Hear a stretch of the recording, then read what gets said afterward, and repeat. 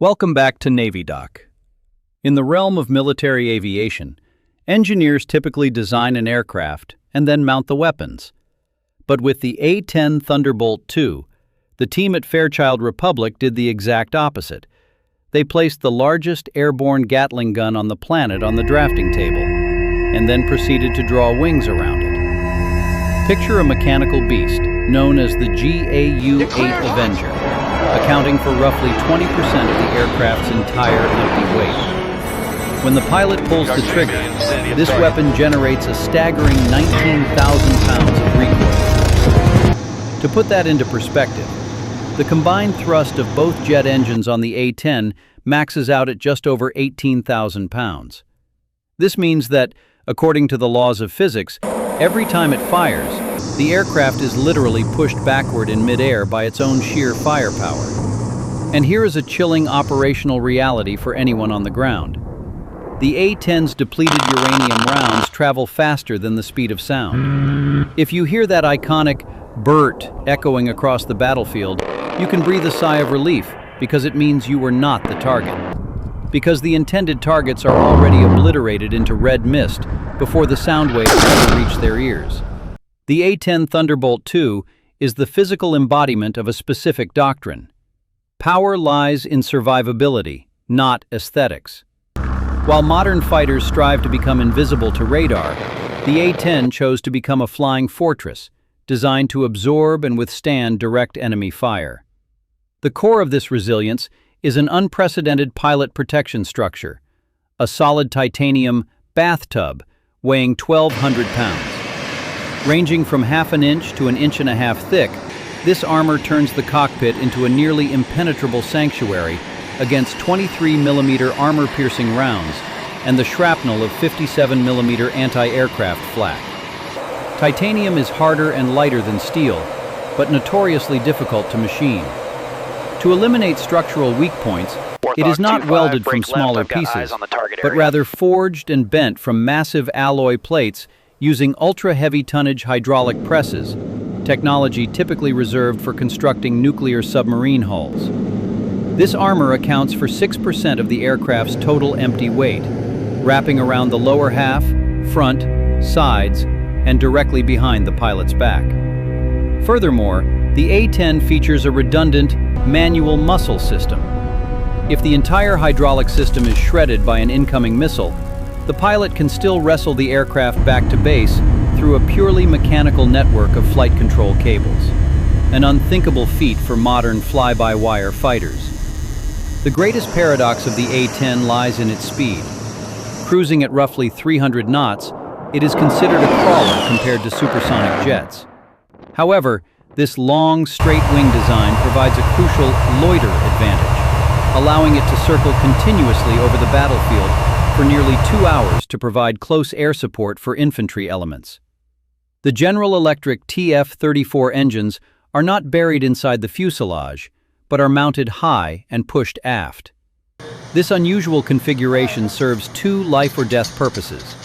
First, it prevents the intake of dirt and debris when operating from austere forward operating bases, gravel-strewn dirt strips, or even abandoned highways. This short takeoff and landing capability on unpaved surfaces ensures the A-10 is always deployed right at the edge of the front line, rather than parked at super bases hundreds of miles away. Second, it utilizes the twin vertical stabilizers to physically shield the infrared exhaust plume from enemy heat-seeking missiles. Technically, the TF-34 GE-100 is a high-bypass turbofan engine, a design typically seen on anti-submarine patrol aircraft or commercial airliners for maximum fuel efficiency, rarely on attack fighters. The tactical benefit is that it leaves no black smoke trail to reveal its position in the sky. More importantly, the cold bypass air wraps around the scorching exhaust from the central combustion chamber, naturally and drastically reducing the overall exhaust temperature. Combined with the aerodynamic Coanda effect, this thermal plume is forced to hug the upper tail section of the aircraft. Coupled with placing the engines directly forward of the massive twin-tail stabilizers, when viewed from the ground or from the flanks, These tail surfaces act as a physical wall, completely obscuring the heat source. This effectively blinds the infrared seekers of legacy man-portable air defense systems, MANPADS, like the SA-7 Grail or Strela II. Additionally, spacing the two engine nacelles far apart ensures that if one takes a missile hit and detonates, the flying steel turbine shrapnel will not sever the flight controls in the main fuselage or destroy the remaining engine. Returning to the GAU-8 Avenger, this is not just a gun, it is an annihilation system.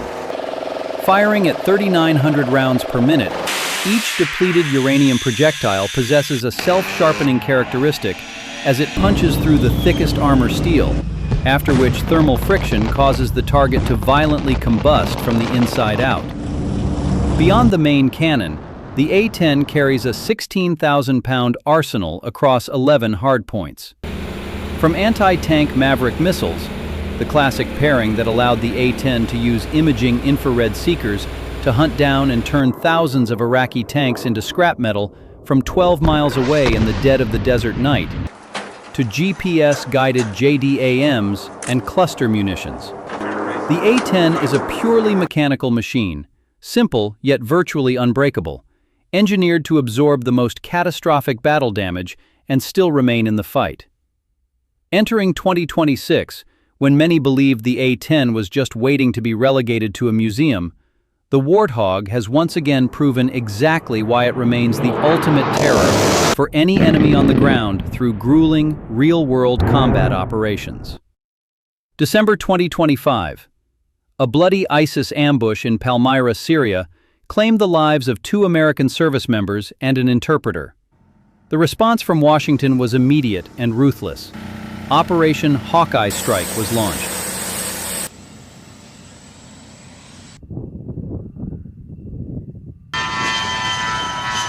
Amidst a chaotic anti-aircraft web woven by dozens of ZU-23-2 machine guns, laying down suppressive fire from the canyons, A-10s bearing the SAMUS nose art became the ultimate symbol of retribution. From December 19, 2025, through February 2026, Warthog flights rained fire on over 70 strategic targets.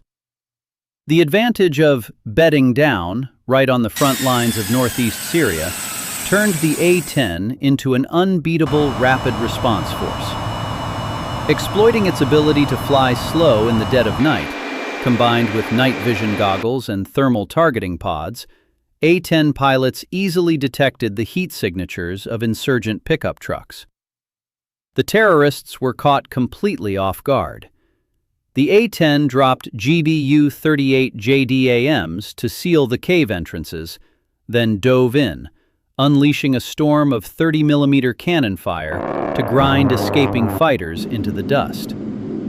A 16,000-pound payload capacity, coupled with the ability to loiter continuously, allowed the A-10 to execute precision strikes on communication nodes, weapons caches, and eliminate dozens of terrorists, including the high-ranking leader Bilal Hassan al-Jassim.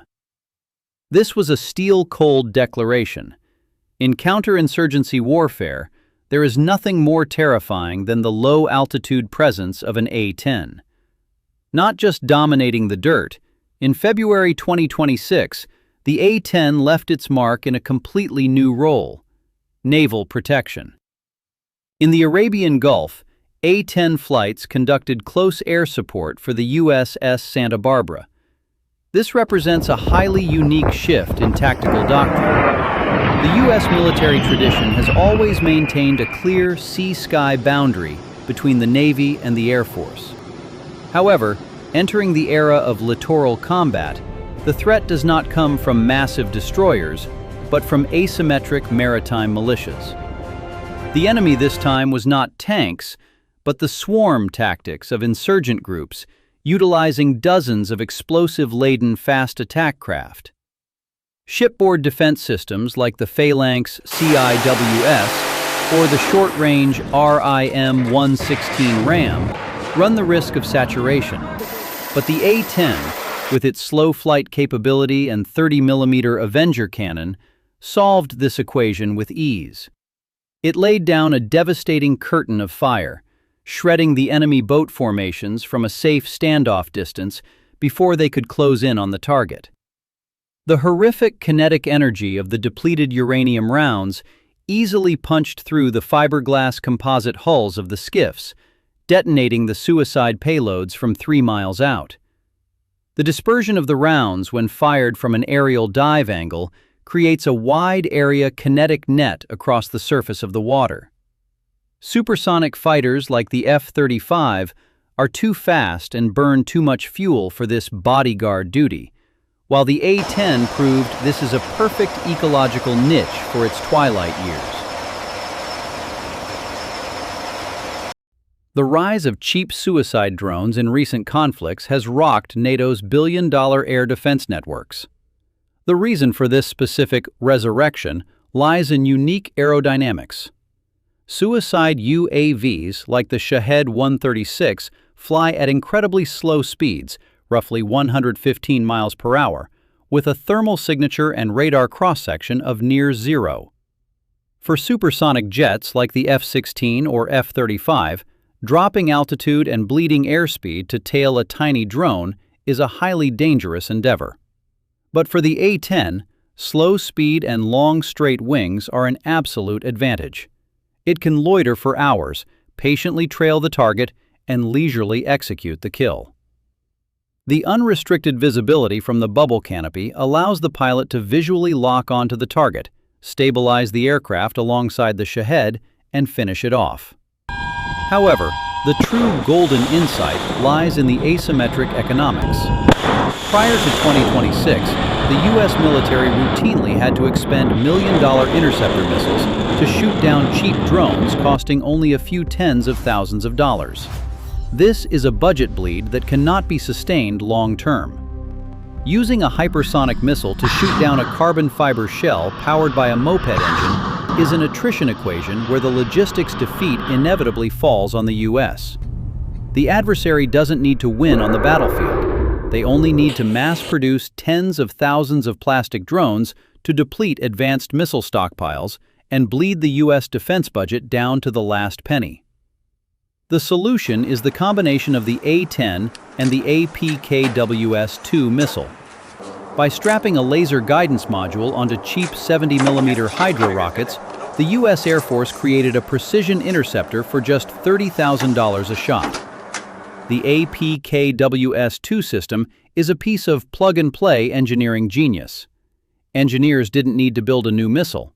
They unscrewed the middle section of millions of unguided 70mm hydro rockets and threaded in a semi-active laser optical sensor module. When the pilot paints the drone with a laser from the underwing targeting pod, the dumb rocket pops its steering fins, seeks the reflected light source, and bends its trajectory to smash directly into the target with centimeter-level accuracy. A single A-10 can carry dozens of these rockets, turning it into an ultra-cheap flying anti-aircraft turret. In fact, utilizing LAU-131 rocket pods, an A-10 can carry up to 4 to 6 pods.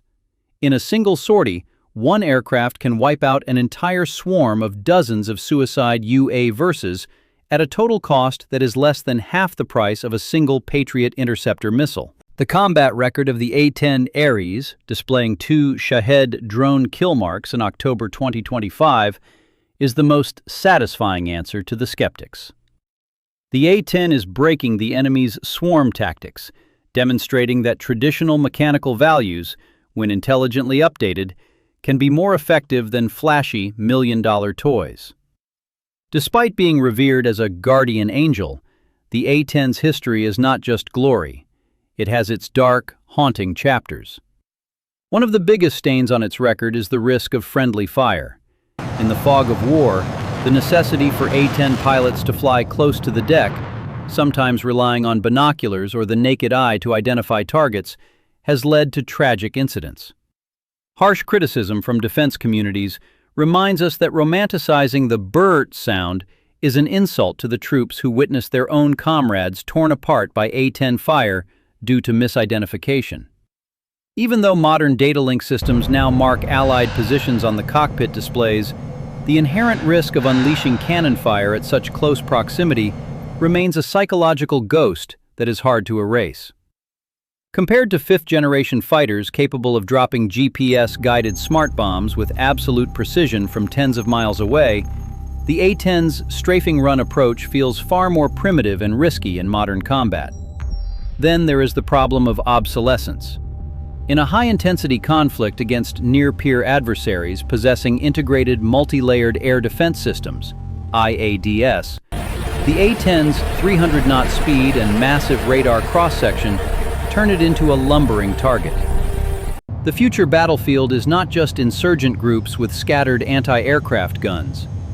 The sky will be blanketed by digital radar nodes. Realist critics argue that deploying the A-10 into airspace defended by S-400 Triumphs, advanced mobile systems like the Pantsir S-1 and Tor M2, or modern manpads, is nothing short of a suicide mission. On February 12, 2026, a highly symbolic event took place at Hill Air Force Base, Utah. The Ogden Air Logistics Complex officially hosted the Hawg Out ceremony, marking the termination of depot-level maintenance for the entire A-10 fleet. From here on out, the life support machine for the Warthog has been unplugged. The final A-10, tail number 780655, left the facility amidst the regret of hundreds of engineers. Even though the U.S. Congress issued a last-minute pardon via the 2026 NDAA, forcing the Air Force to retain at least 103 operational airframes until the end of September 2026, the end has been written. Without central maintenance resources, the remaining Warthogs will merely fly out their final structural hours before being towed into the Davis-Monthan Boneyard. The A-10 Thunderbolt II may soon vanish from the skies, but the firepower vacuum it leaves behind will be a grueling puzzle for U.S. military strategists for decades to come. The brutal reality that Washington generals are intentionally ignoring is this: the F-35A is too expensive and fragile to fly at treetop level and taste anti-aircraft fire, and its internal 25mm GAU-22A cannon holds a meager 181 rounds, enough for less than 3 seconds of sustained fire before the gun goes cold. Will light turboprop attack aircraft like the AT-802U Skywarden possess the sheer stubbornness to withstand brutal anti-aircraft fire, or will they crumple at the first burst of heavy machine gun fire? Can a sluggish medium-altitude drone like the MQ-9 Reaper, carrying a few Hellfire missiles, or an F-35 dropping small-diameter bombs from over 6 miles away, truly replicate the diving-into-hell dedication of an A-10 pilot protecting infantry? And for the soldiers pinned down in the mud, caught in enemy crossfire, will they find the same comfort in an electronic support notification on a tablet as they do looking up to see those sullen, straight wings overhead and hearing the savage roar of a Gatling gun tearing the enemy apart? The answer from the infantry has always been no. Whether deemed obsolete or ugly, the legacy of the Warthog will live forever in the hearts of the infantrymen it shielded. The A-10 departs as the ultimate guardian, a legend born around a cannon, concluding its mission by securing peace on its own terms. The retirement of the A-10 marks the permanent closure of an era of purely mechanical military design, where steel, sweat, survival instinct, and the individual skill of the pilot decided the battle. The future belongs to artificial intelligence, decentralized network warfare, stealth algorithms, and directed energy weapons. But on whatever bloody battlefields come next, old soldiers will still sit around the fire, telling the next generation about a mechanical monster carrying a titanium bathtub, a machine built to hunt tanks that always knew how to drag its pilot home safely. Leave your perspective in the comments section. Don't forget to hit like and subscribe to join us as we continue decoding the weapon systems that will reshape the world. Thank you for watching. We are navydoc.